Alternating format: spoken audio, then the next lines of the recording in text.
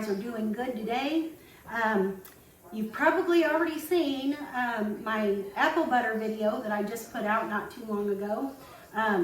Super good recipe. I've left that in the description box for you guys on that video.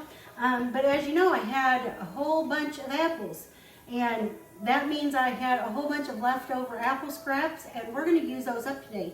There's no sense in letting all of this good stuff go to waste when there's something that you can make out of it and it's virtually free. So now I could give these scraps to the chickens and they would be super happy and super thrilled with it.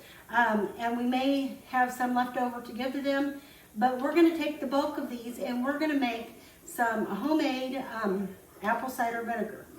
Super easy, just a few ingredients. As a matter of fact, this video is going to be super short, and if you blink, you might just miss it. So here's what you're going to need. You're going to need a whole bunch of your apple scraps. Aren't these beautiful? These ribbons of apple skins, apple peels, and we've got the apple cores there, and that's fine. You can use all of this stuff. And you're going to need a glass jar. I've got a gallon glass jar here because we're going to make a pretty good batch of these. And now what I'm going to do to start with is you're going to need, for a gallon jar, you're going to need a cup of sugar. If you use like a half-gallon jar, you would use like a half cup, somewhere around there. But you at least want enough sugar so that the bacteria in these apples can eat up that sugar and cause it to become alcohol, and then after that step it becomes vinegar. So we're going to just put our sugar in the jar here, and then I've got a couple cups of hot water to mix in with that sugar. This is filtered water, and I'm just going to stir it up so you can dissolve that sugar. Stir this up and dissolve that sugar.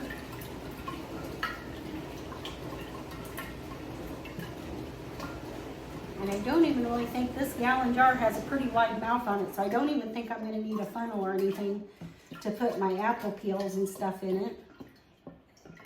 But if you have a smaller jar, like if you're going to use a quart-sized jar or you're going to use a half-gallon jar, you might get out your canning funnel and use your funnel to try to get all the apple peels in it.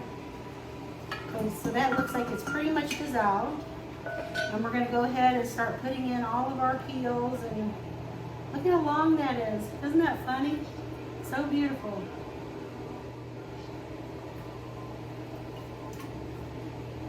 Guys, I'm telling you, this is a super easy project. There's no sense in throwing stuff away when you can get a good quality. This is going to be a homemade organic apple cider vinegar with the mother. When it's done, it's going to have the mother. And if you've ever been shopping and you've seen those name brands of apple cider vinegar that includes the mother, it's a pretty good price for not a very big bottle of vinegar. And this is going to give me a lot of apple cider vinegar, and it's not really costing me anything.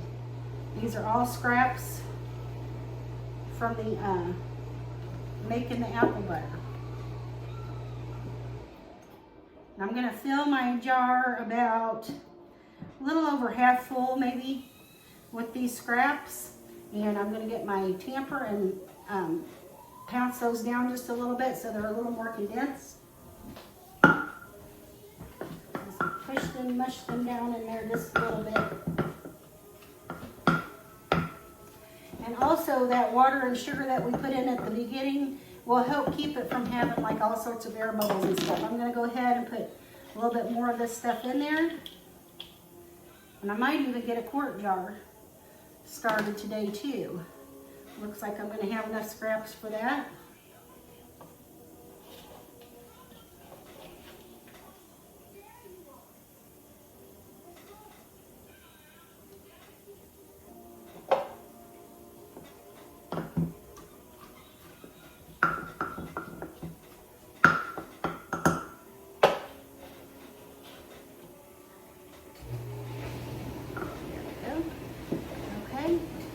Wipe off my rim just a little bit, and then we're going to fill it up the rest of the way with more filtered water. Now I usually have filtered water out of my fridge, but I need to get a new filter for it, so I'm not trusting it right now. So I went ahead and got some filtered water at the store, and I'm just going to pour that in there. This can be room temperature water. It doesn't have to be hot. As a matter of fact, it really shouldn't be hot. The only reason I used hot water with the sugar was to dissolve the sugar.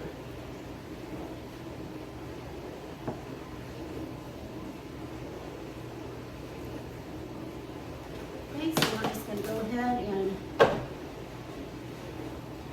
put that in there. And now this, you don't want to put a lid on it that is not breathable. So what we're going to use for our lid is I've got a couple coffee filters here stacked together, and I'm just going to go ahead and put it on the mouth of this jar, make sure everything's covered, and then I've got a large rubber band, but you can use string. If you don't have a rubber band, you can use string, and that'll be just fine. You just want to make sure that it's kind of airtight, so no bugs or dirt or dust can get into it. And then you're going to put this in like a cool or room temperature, dry, dark place and every couple days you're going to stir it up so no like bacteria can float on top of the water here. But so every couple days for a week or two, you're going to just stir it, and then put the little paper back on it. And after a month or so, 30 days to anywhere from 30 to 90 days, depending on how strong you want your vinegar, then you'll strain the vinegar off and discard the apples, and your chickens will like those just as well too. So you can discard the apple peels then, and you will have yourself some homemade apple cider vinegar with the mother, and it is super good, super easy, and this is free stuff, guys. If you're making any kind of apple desserts this fall, any kind of preserves, anything like that, you'll have scraps left over, and you might as well use them up. So anyway, that's going to be it for this video. I hope you guys will take the time to make some apple cider vinegar. I think you're going to love it, and it saves you a lot of money, and you're going to enjoy it. So thank you for joining me here today at Life on Turkey Lane. Try this, and I'll see you in the next one. Bye, y'all.